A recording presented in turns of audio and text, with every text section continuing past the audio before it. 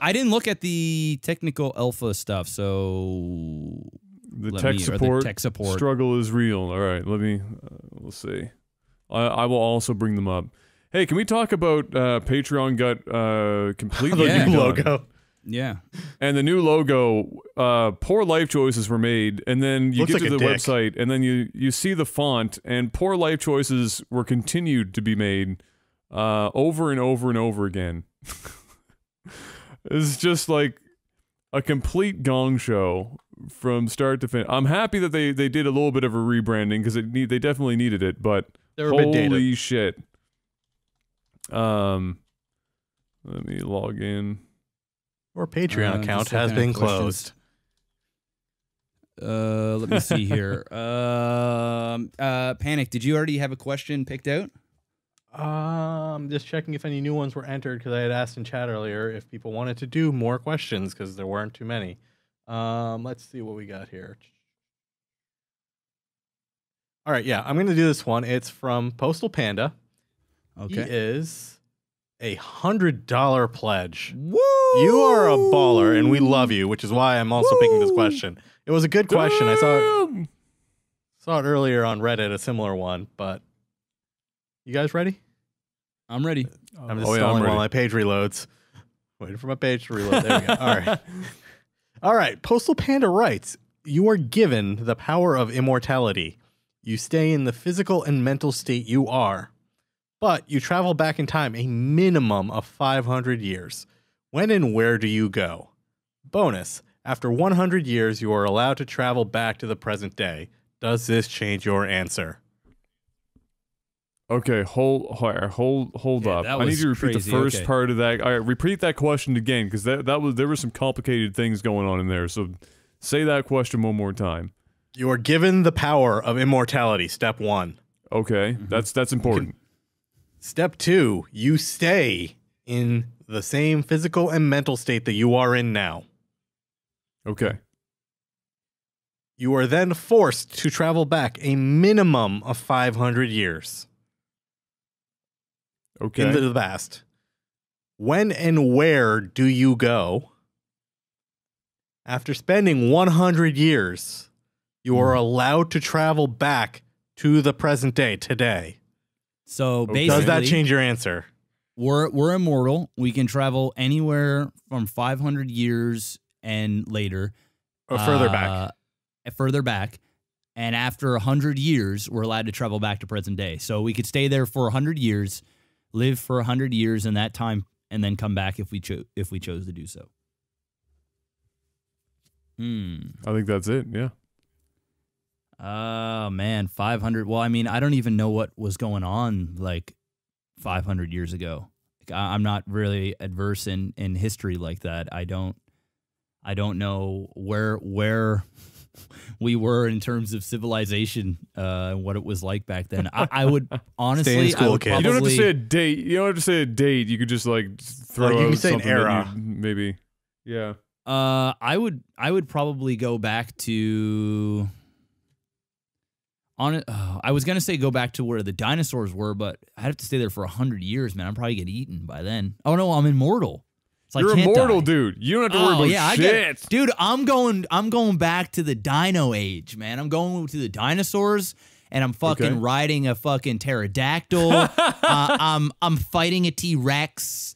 I'm banging like fucking. I don't know what kind of beings are back gonna be. I don't know if there's any form of human at all. You're gonna see the. You want to see the asteroid hit and the meteor hit. Yeah. Pretty much. I want to. Ooh, that'd be cool. Yeah. That was gonna be my answer. But my answer was gonna be survive the meteor strike and see how everything went. Yeah, that was gonna be my answer. But I'll change my answer for that. Continue, Jeff. You're immortal, not invincible. Okay. Well, I mean, isn't that? Oh, well, then that sucks. There's different levels. There's different levels of immortality. Who did Postal Panda correct it? Because if not, I'm not going to believe what he says. Because there's different levels of immortality. Like there's the Highlander immortals, which you can only be killed if you get beheaded a certain way. Then there's actual immortality where you can't die. Then there's immortality where you just live forever. There's variations. I'm going with the whole you're invincible and you just stay forever type. Okay, thing. that's what I was thinking too. Like, I mean, obviously, if a T-Rex is gonna bite my head off, like it doesn't matter how awesome that I can't die. I'm just a head, so that kind of sucks. But if I can't get ripped up to pieces and things like that, and I'm just kind of a god, so to speak, then fuck yeah, I'd love to go back to the dinosaurs and there long enough to see the Big Bang, to see when that asteroid hit the Earth and everything got wiped out. And I'm sure there was a slow burn. Like, I'm sure things got fucked, but then everything just started falling apart. Like, the whole ecosystem just started dying. Because I doubt one hit would just rule it all. It was a gradual thing. Jeff probably would the be a entire generous food chain god got king. fucked. So yeah, that's where I'd go. What about you? I think there are a few places on the planet that, depending on what time you go back to, they were still pretty much separate from other people, like cultures. Like, there are few places that were untouched for a really long period of time. Like, Japan would be one of those places because it's an island surrounded by some of the most fucked up water on the planet. So it took people a really long time to get to Japan to have any kind of influence on that culture, where in other places of the world, people were like fucking running into each other all over the place, and you know, cultures and stuff kind of collided, and lots of interesting things happened there. But I think it would be, yeah, exactly. But I think it would be kind of neat to see Japan before people knew there was anybody on Japan. The, you know, ultimate weeb. Yes, ultimate weeb move, ultimate anime. But I think it would be kind of crazy. Like, what would that be like? Because so many other places in the world, you know, people were still running into other people in some way, shape, or form. Whereas in Japan, however, I don't know the history of, you know, geographically how, if Japan broke off or water levels just rose to a certain degree, if it was like what it was that separated Japan from the mainland, and if people were already there before that happened and they just stayed there, or if they somehow fucking got there miraculously. I have no idea what that is. I'm not going to pretend like I do, but it would be kind of cool to see Japan before influence, because we all know Japan is crazy as it is right now. Like, the joke is 80% of the world's weird shit comes from Japan. And I'm convinced a lot of that is because it is one of the few places on Earth where they were by themselves, untouched, for a really long time. And so they're hardcore rooted into some crazy-ass tradition stuff, and it's kind of molded where they are now. So I think it'd be kind of neat to see what that was like before anybody, you know, the white man. Before the white man came! Before your ass came, but you'd be there, too. So, I'd be there. I'd have to like hide in a tree somewhere. And you know what else I thought? Like this, yeah. Adam's over there trying to be like the fucking Last Samurai and fucking all this other shit. Tom Cruise, the Mummy, Tom Cruise. The other thing that I thought about with my pick that I didn't really take into consideration, but I'm not going to change it, is how isolated I'd be. Like, there'd be nobody for me that we know of. There'd be like nobody to talk to, nobody to. You'd have Wilson. That's 100 years, a long time. But I guess also, if you have immortality, 100 years is a very small slither of your immortality. So based on what we talked about on your stream yesterday, that whole timeline thing. Yeah. So I mean, it is what it is. But I'm not going to change mine. What about you, Panic? Where are you going? Well, first, if given the choice of taking immortality or not, I would absolutely not take it. Like, that would be like the ultimate nightmare scenario. But like having to live forever would be the worst thing ever. It just seems tiring too. Yeah, like everything would just get you run out and you lose the wonder Lost of everything. Odyssey, a really good game that goes in depth about the exact thing about immortality. Yeah, you should go play it. I'd probably go to Egypt. Ooh, that's a good one. I thought about that. You know, you know what? I want to know the pyramids. No, I want to know what the hell they were thinking. I want to know what the hell they were thinking like that. Either Egypt or the Mayans. Be like, yo, what happened to you guys? Like, cool. Yeah, and it's white people happen to the Mayans. I watched the video. Actually, somebody in my community sent me a pyramid video on. I've watched a lot of pyramid videos. This is kind of how like, there's a lot of cool precise stuff. They were on making these pyramids. Like when they went and even today, modernly. And they go and do the measurements and everything. It's so insane how fucking smart, not and just precise the building everything itself, was done. but like where they built it, the direction it's facing, the directionality, everything. Yeah, the astronomical alignment of these things is crazy. Yeah, yeah. It's kind of what I want to see. I want to see that. It's nuts. It's kind of like it's the birth of human ingenuity is what I want to see. It's like with all the technology we have today, sure we can mimic that, but aliens. You know, but to think that somebody did that, like people built that sort of thing back then, it just goes to show like how advanced even humans were back then intellectually. It's almost like, because when you think of our technology now and how smart we are, it's evident that we've always been a very smart species. Like we've always had it. It just seems like we're more so now because of technology. Flashes in the pan. We also are remarkably stupid. Oh, big time. At the same time. Yeah. We've definitely, I think we've actually got more dumb over time. Yes. Honestly, it's I think like en masse we've become awfully fucking stupid, but I think there's also a bit of almost a fallacy that a lot of people kind of fall into, where they look at the pyramids, they look at like the Mayan stuff and all this, you know, whatever, you're watching history and you're seeing ancient aliens and the dude's hair is getting crazier and crazier like Panic's every fucking 5 days, and it's getting more and more insane. Don't hate, appreciate. They look at it and they go, you know what? We aren't as intelligent as we used to be. Some point at somewhere down the line, some catastrophic thing happened and we lost the old ways. We don't know things the way that we should know them anymore. And people back then might actually have been smarter than we are now. And I think that, you know, there's also something to be said about thinking that exclusively we are more intelligent now than we've ever been in the future, just by virtue of being further down the line in the timeline. That doesn't actually mean you're smarter. That just means that you're further down the timeline. But we've obviously made a whole hell of a lot of friggin' advancements at the same time. So I think it's a little bit of both camps here. There are things that we have perhaps lost the art of how to do things, and then there are things that we have picked up in instead of those things.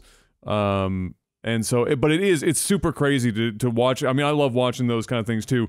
PBS basically had an entire decade where they lived off of people watching that shit on their channel. So it is fun to watch for sure. Oh yeah, absolutely. So do we have a follow-up question to that? Well, I got two. Let me see here. Man, the favicon for this new Patreon thing looks just like a dinner plate and a fork. It looks like a dick. All right, I'll go with Neil Pring, because I was actually gonna do this guy's question last week and he asked the same one. Oh boy. What main quality/qualities do you consider the most important for success?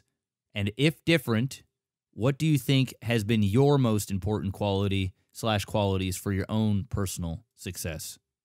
Oh boy. Are we going to regurgitate audiobooks, or do we actually have our own thoughts on this? I have my own thoughts on it. I mean, I have my own thoughts. I mean. Okay. All right. Well, go ahead, gentlemen. I'll let you guys start. You want to go first, Jeff, or me? Panic? No, go ahead. I'm just going to say it's all about, like, it doesn't matter necessarily how smart you are or necessarily how talented you are. That helps. It's all about having that motivation to get up off your ass and just go do something. Get started. Take the first step and then figure out how to keep iterating on it. You're going to fuck up. You're going to mess up. Just figure out how to keep improving every step of the way. And that you'll eventually find out the way to be successful that way. Like, a lot of people will just, like, they'll try and they'll give up. It's all about persistence. Like, it sounds lame. It sounds very audiobooky, but a lot of people don't follow it. And they get, they get tired, or they don't, like, want to push forward, so they just stop. I mean, there's a reason why you hear it in motivational speeches or audiobooks, is because it's the truth. Yeah. It's literally the truth. I mean, you ask anybody that's ever been successful, and success is obviously a an individual thing, right? Obviously, success to me would be, you know, a healthy body, a healthy mind, relationship, a nice house, nice car, you know, retirement, all those things. That's success to me.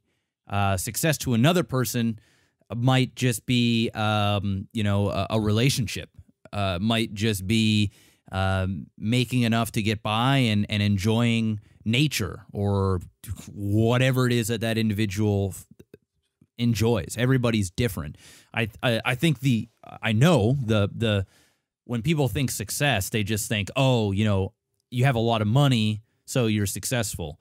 You know, that could be, you might be successful in business or you might be successful financially, but most people, the success to most that are successful in their own minds is kind of the total package. I mean, there's been times where, you know, I've been financially successful, but yet have felt inadequate in terms of my body, feeling out of shape, feeling burnt out, feeling whatever, or in a relationship, maybe with a family member or, you know, whatever, even my wife, whatever the case may be. There are things to improve on at all times, and it's like what you said. It's persistence, and it's working at it. Nothing great happens overnight; just doesn't. And if it does, chances are it's going to go away eventually. Most things that, I mean, listen, if you want to be skinny, you got to work on your body. If you want to be educated, you got to read, you got to listen, you got to you know, learn. If you want to be a good basketball player, you got to go out and you got to shoot hoops, and you got to work on your fundamentals, and you got to learn about the game. It's just these things just don't happen overnight. It's one of those things, and that's why when you hear people on the podium, it's that big thing where a music guy gets a Grammy or whatever or an Oscar, and the person comes up on stage, this mega millionaire, the biggest star in the biz, and they go and they say this petty thing that I used to hate all the time, where they go, you know what? If I can do it, you can do it. It's really easy. Or not, they don't really say it's really easy, but they'll say something like, hey, if I can do it, you can do it. You know, it's just hard work and persistence and consistency, and that's the show. And I would hear this, and this was me back before I took any type of initiative in my own life, where, you know, I was expecting the world to get handed to me. I don't know. In my sick mind, things would work out. And I'd be like, fuck this person, man. What do you mean? You're on a stage there and you've got $30 million in your bank and you've got red carpet shit and you're holding a Grammy. Like, the fuck you're saying anybody can do this shit.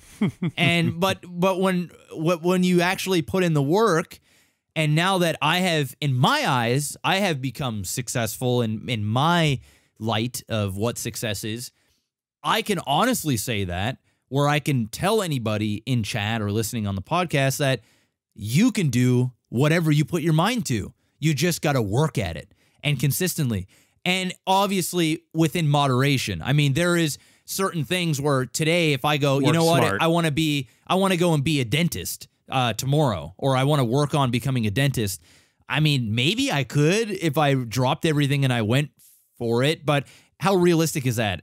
More extreme is I want to be an astronaut, or I want to, you know, I want to go and win. I want to go to the NBA. I mean, obviously my time has passed. I mean, there's no way that it's ever going to happen. So you just got to be realistic with things in your own specific position on realistically what can be done, but then don't put a barrier on that where you make it seem impossible so that you can back out of it. If it's achievable and you work at it, and it actually, you make a plan and you can see it and work towards it, then yeah, you can really do whatever it is that you want to do if you're willing to put the work into it. So for me, I would say the most important qualities to be successful, number one, honestly, is be humble, and realize that you're not special. As crazy as that sounds, like, yeah, everybody is special in their own way, but you're replaceable in terms of workforce, in terms of relationship, in terms of whatever. there are other people that will take you out, and can be replaced. You know, if I start treating my wife like shit every day, you know, she might put up with it for a little while, but eventually she's gonna say, "Fuck this guy." You know, I'm going to go find somebody else that's going to take care of me and treat me right. You know, if I go to my community and I say, "Fuck you guys, fuck this podcast, fuck you, Adam, fuck you," you know, I may be able to come back the next day and go, "Yeah, guys, I had a bad time." But if I'm consistently doing that, eventually people are going to go, "Well, fuck you too, asshole. I'm done with you." So if you stay humble and you stay grounded and you bust your ass, anything is possible. It really is. Those are my being humble and consistency. I like how you got the fuck you specifically, Adam. I just got the generic. Well, you know, it just I'm just flattered. I'm the first person on his mind, fuck right? You, I mean, Adam. Yeah, fuck you, bro. I've said fuck you, Adam, many times over the years. So it just comes naturally at this point. It's rolled right off the tongue. Yeah. So. Similar to what Jeff said, you know, to answer it just right away would kind of be a waste, because this is a pretty like weighty question. You can't just be like, well, yeah, one word. I just went right at it. Giver. I went right at it. Yeah. So it does depend on what I guess the step one as an individual, like Jeff was saying, you have to evaluate what you consider to be successful. You know, you have to come to a point in your life, but the added thing here is that different points in your life are going to result usually in different things that you want. Yep. That's going to change as life goes on, which is why it's important to recognize the value of short-term, medium, and long-term goals, and being able to roll with the punches that life throws at you, and you know, make those course corrections.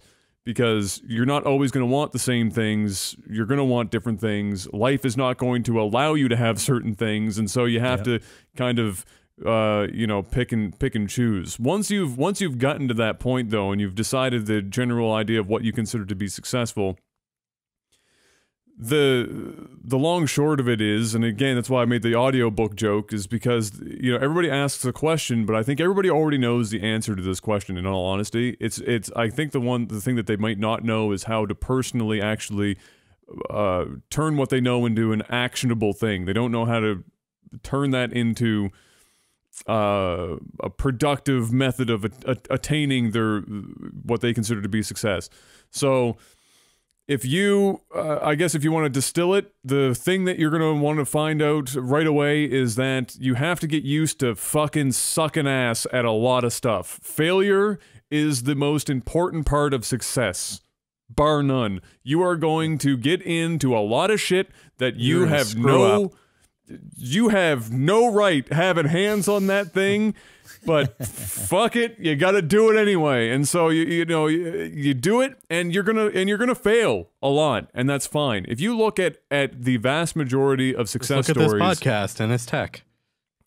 Exactly, everything fails all the time. So if you look at all the success stories, very few people, like of the 1% that everybody always pulls from when they're looking at examples of success, of that 1%, maybe 1% of that 1% are people that, honest to God, fell into whatever it was they were doing, and shit just fucking and they had the wits to make it happen and keep it going.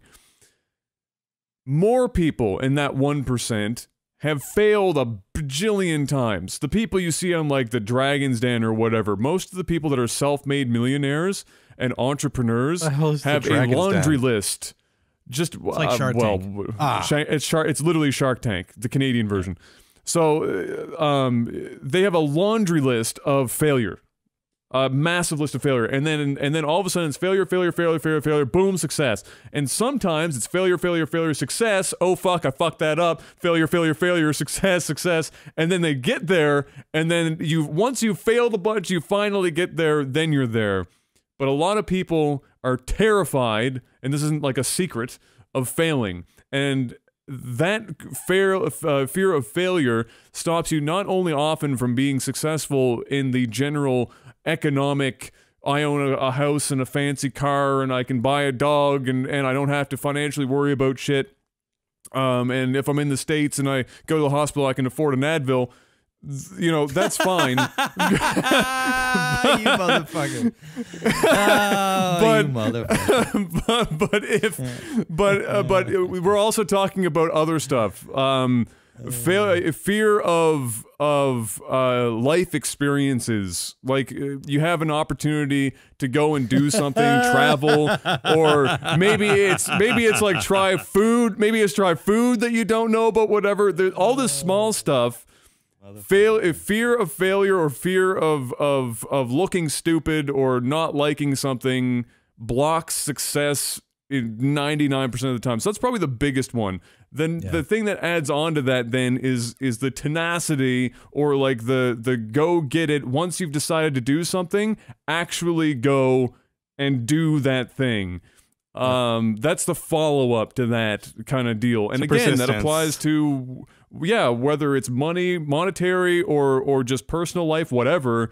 Those two things always go hand in hand. Now, when it comes to this kind of success stuff, not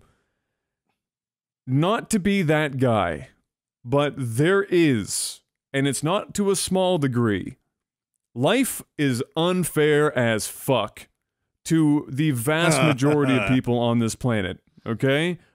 Period.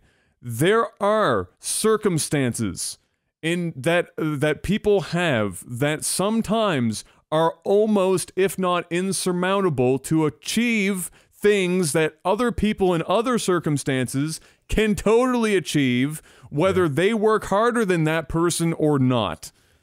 That's life, and it fucking blows ass. But it's also one of the most annoying things to hear from people. It's almost like survivor syndrome to a degree, and there's probably also a term for it. It's somebody that came out of, like, let's say you come out of fucking Compton, you're a rapper. Now I'm fucking 50 Cent now. I got shot 67 times, I'm still here, bitch, get at me. And then, now I'm making millions of dollars, and I came from literally nothing, okay? And now he's broken. Obviously, it's not me. But then they turn around and they look at the guys down there, and they're like, you can do it too. You can come up out of it. And then they got a bunch of people trying to be fucking rappers.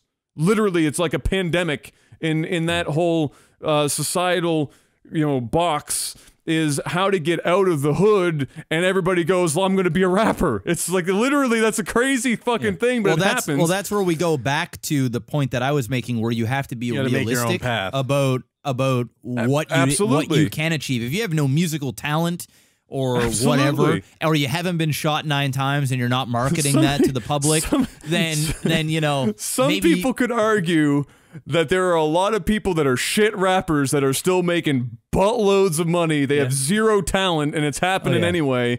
There are serendipitous things that happen to people that get them out of situations that other people will never be able to come up out of.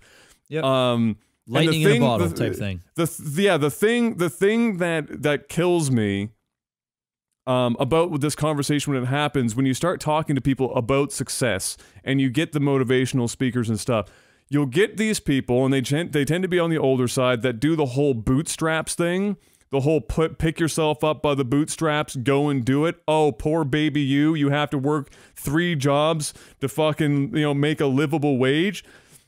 Suck it up. I lived through a couple of fucking, wars and whatever shit, whatever you got, and I just had to pick myself up by the bootstraps.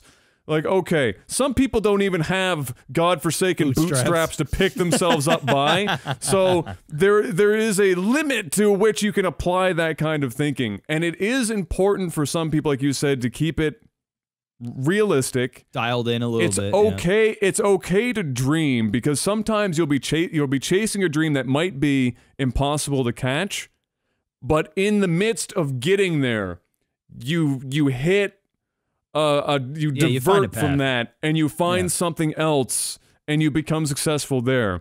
It's just kind of the way life goes. But the most important things always boil back down to: don't be afraid of failure, and be tenacious and work hard. The last thing I will say about this is that there is an X factor here that works for a lot of people.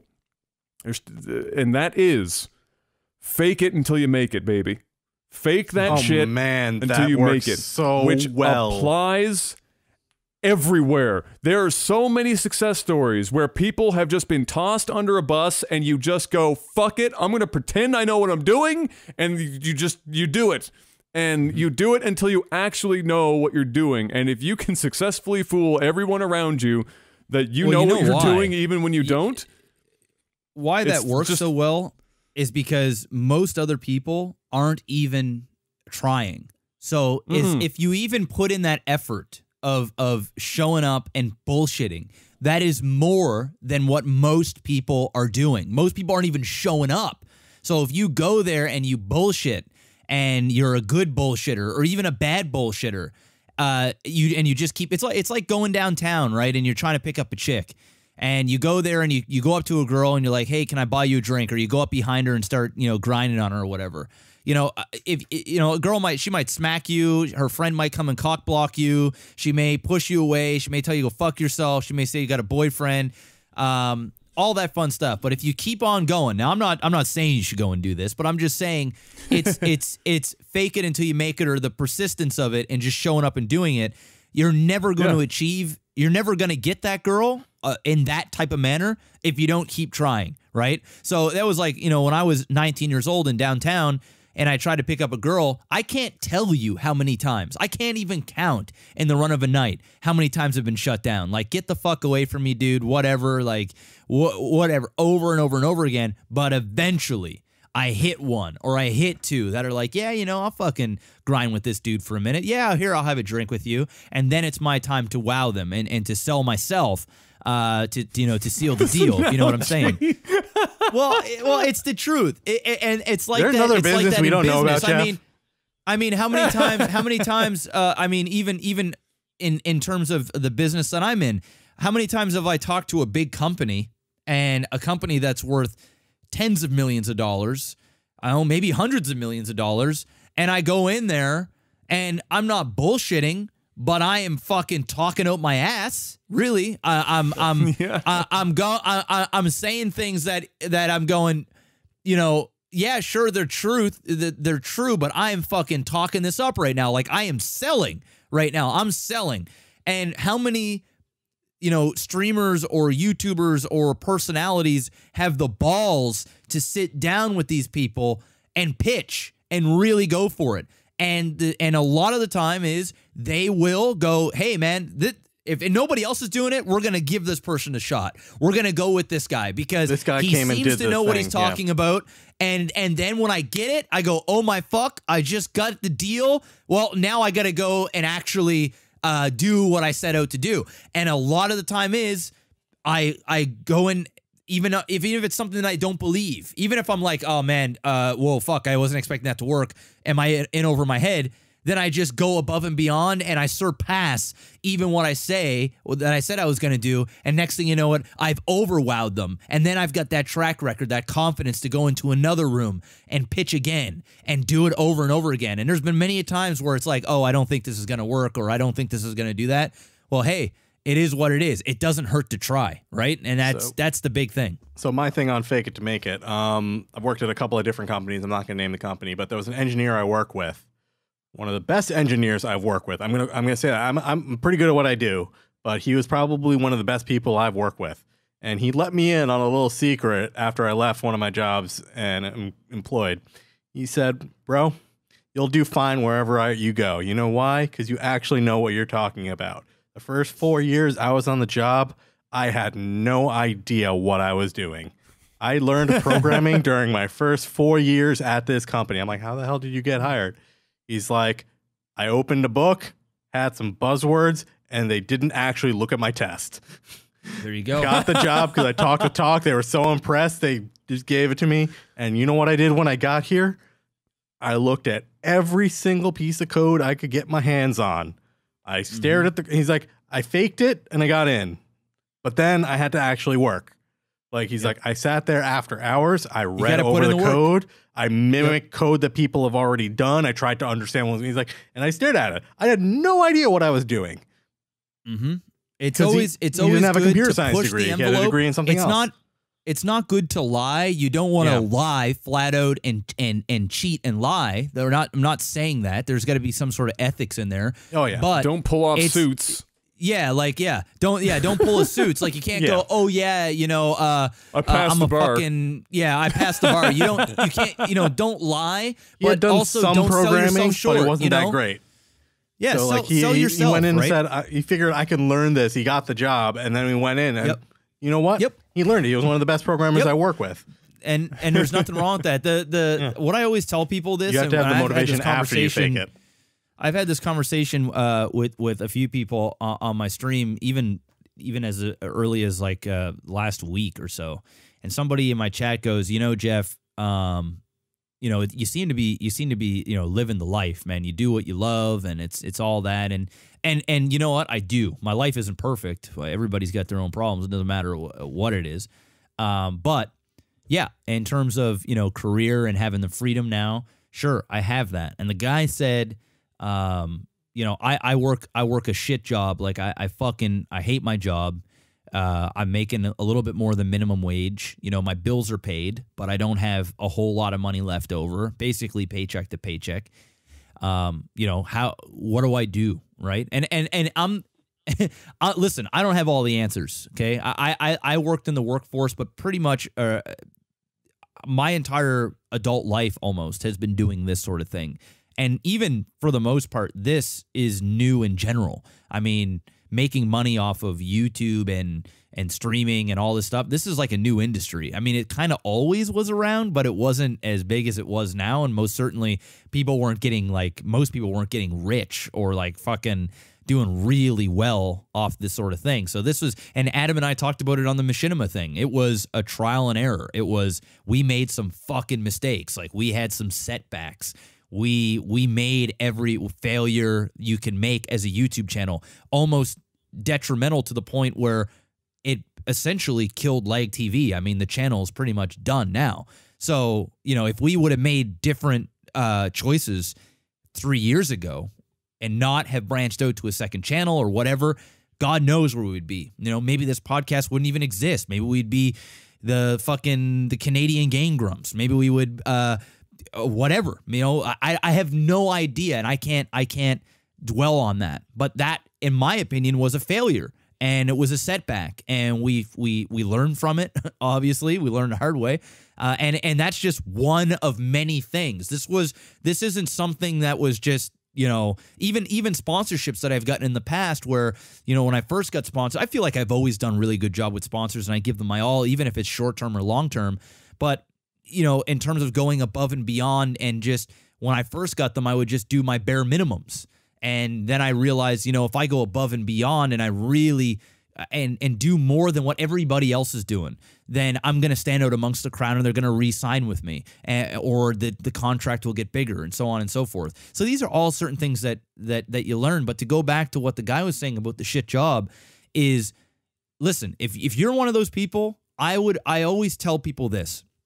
Stop going into your job thinking having the mentality that the job is shit and it's dead end. If you go into the job, say you're a server, like I can say this because I was a server for 5 years. Say you're a server, you're serving food. All right. Serving food. I'm sure a lot of people listening have done it in some capacity or been in some kind of sales, not even sales, but customer service or dealing with the public, retail, whatever. If you go in as a server and you get to the table, it's a beautiful thing because multiple things are happening. Number one, you got to do your job and you got to sell yourself, because if you want tips, it's no different than you're a streamer, you're a server, you're a musician, you're a UFC fighter, whatever the case may be, you got to sell yourself. And so when you're a server, if you go in there like, oh, this is a shit job, like, hey, how may I help you? Oh, you want a quarter chicken, you want white or dark meat? Yeah, okay, cool. You want fries or rice? Fries? All right. You want gravy? No? Okay, cool. Coke to drink? Okay, cool. So you go and get that. You bring the food. You give them the bill. Thank you. Thank you very much. And that's the show. Sure, there's a transaction made. Sure, you've given service, whether it was fast or not or whatever. You've provided your bare minimum. You may have got a tip. You may have not have got a tip. But if you go in there without that mindset and you go in there on how to better yourself and succeed on every table individually, the fun thing that I used to do, and I used to get some of the best tips in all of every restaurant that I was ever at, because what I would do is every table was a different objective for me. I would go to one table, and if it was young people, my whole demeanor would change. You know, I'd be looser. I might even cuss. I might even say, hey, you know, how's it going, man? Oh, yeah, it's hot as shit out there. You know, I would say little things like that. And of course, I would use my judgment from dealing with people. You know, sometimes I'd fall a little flat. Some people look at me like I got 10 heads. But for the most part, you got to be a chameleon. You know, if you got older people, you want to be more polite. You want to put extra napkins down. You want to, you know, do certain things for certain types of people. And of course, that requires some stereotyping and all this other fun stuff. But the reality is if you go in there with a mindset of wowing each individual, you have no idea what kind of table you're going to be serving. You might be serving a CEO of a company, and he loves your service, and he needs somebody in sales or somebody that is a good talker, and he's looking at all the other servers around, and they're all just fucking diddling around and doing nothing on their cell phone behind the bar or doing whatever. And if you go there and you bust your ass and you work it for every single individual table, or if you go to work and you complain about your coworkers like, oh, fuck Joe Blow, he's always taking smoke breaks every 15 minutes, and I bust my ass more than 3 of these other employees, and they get paid the same amount as me. This is bullshit. Why am I always getting the shitty shifts? I can't fucking stand this person. I get anxiety even going there and dealing with my dickhead boss. If you keep going to work like that, you're going to get the same fucking results, and nothing's going to change. If you go in there and you bust your ass and you stop worrying about what other people are doing, and I always tell this even to my wife, and if she's, you know, talking about shit that's going on at work or whatever, I say, listen, babe, if you just focus on you and you go there and you bust your ass, you are going to stand out amongst the crowd. Your bosses are going to realize it, and even if your bosses don't, you're going to know it. The people around you are going to know it. And eventually, the hard work will go noticed. It won't go unnoticed. I'm telling you, you're going to run into a person at the right place at right time. People say that, oh, success is luck. It's when preparation meets luck. And then when it hits and you seize the moment, that's when, you know, the magic really happens. If you're not consistently working towards it and that luck, that lightning in a bottle strikes, and you haven't been working on what it is that you're doing, not only as a person or the service that you're doing, you're going to miss that opportunity. That right person is not going to take notice of you. They're going to take notice of the other person that isn't crying about their coworker, that isn't crying about their wage, that isn't crying about that, because you're just dialed in on improving yourself. And I'm telling you, the shit will change. It may not happen overnight. It may take a little while. It may take a year. It may take months, however long it takes. But eventually, shit will turn around. So if you go in with a different mentality, I'm telling you, not only will your job be more enjoyable and you won't want to fucking jump off a bridge, because trust me, I was there. Retail is fucking god awful. It is awful. I don't even like most people. I can't, like, I'm not even, like, people just annoy me, right? So, but it was a challenge, and it was fun. It was fun winning. It was fun winning people over, giving people good service, having people know your name when you come in, knowing what people are going to order before they even order it, have their drinks ready for them, going above and beyond all these things. I know I keep using the restaurant thing, but you can do that in any type of avenue on any type of job, whether it's sales, you're a real estate agent, you're a fucking, you know, you're a firefighter, you're a policeman, whatever, you know, you can apply those same principles. Well said. That's it. I have no follow-up at that point. No, I think it really is that most people do inherently know, you know, what it takes to be successful. I think sometimes when people ask this question, they're secretly hoping, that you give them answer. that you're going to give them a different answer, right? You're going to be like, you know what? It's all you're luck, fucked, bro. You're pretty much fucked. It's all luck, so you know you're fucked. Don't try. I think that's like they want to have an excuse to not have to put in a lot of work into whatever they're doing. And you know, there are situations where that is the case, where somebody really lucked out pretty fucking hard. We got lucky, Adam. I mean, when you think about it, you know, we got lucky. You guys got lucky.